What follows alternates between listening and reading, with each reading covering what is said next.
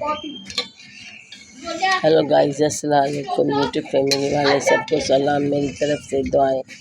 अल्लाह आपको खुश रखे, आबाद रखे, अपनी ज़िंदगी में खुशियाँ दिखाए। हर शहर हर मुल्क अपने लिए खुशी का हो तो खुशियाँ मनाए। ये जो मैंने चावल पकाए हैं आलू में और मुर्गी का गोश्त, टमाटर वगैरह, ये देखो टमाटर वगैरह डाले हैं और मुर्गी का गोश्त डाला हुआ है मैंने इसमें। बच्चे ऐसे नहीं खाती आलू वाले चावल, लीजिए कहते हैं मुर्गी का गोश्त डालोगी तो खाएंगे, ना तो नहीं खाएंगे। बच्चों को भी नखरे होते हैं बहुत।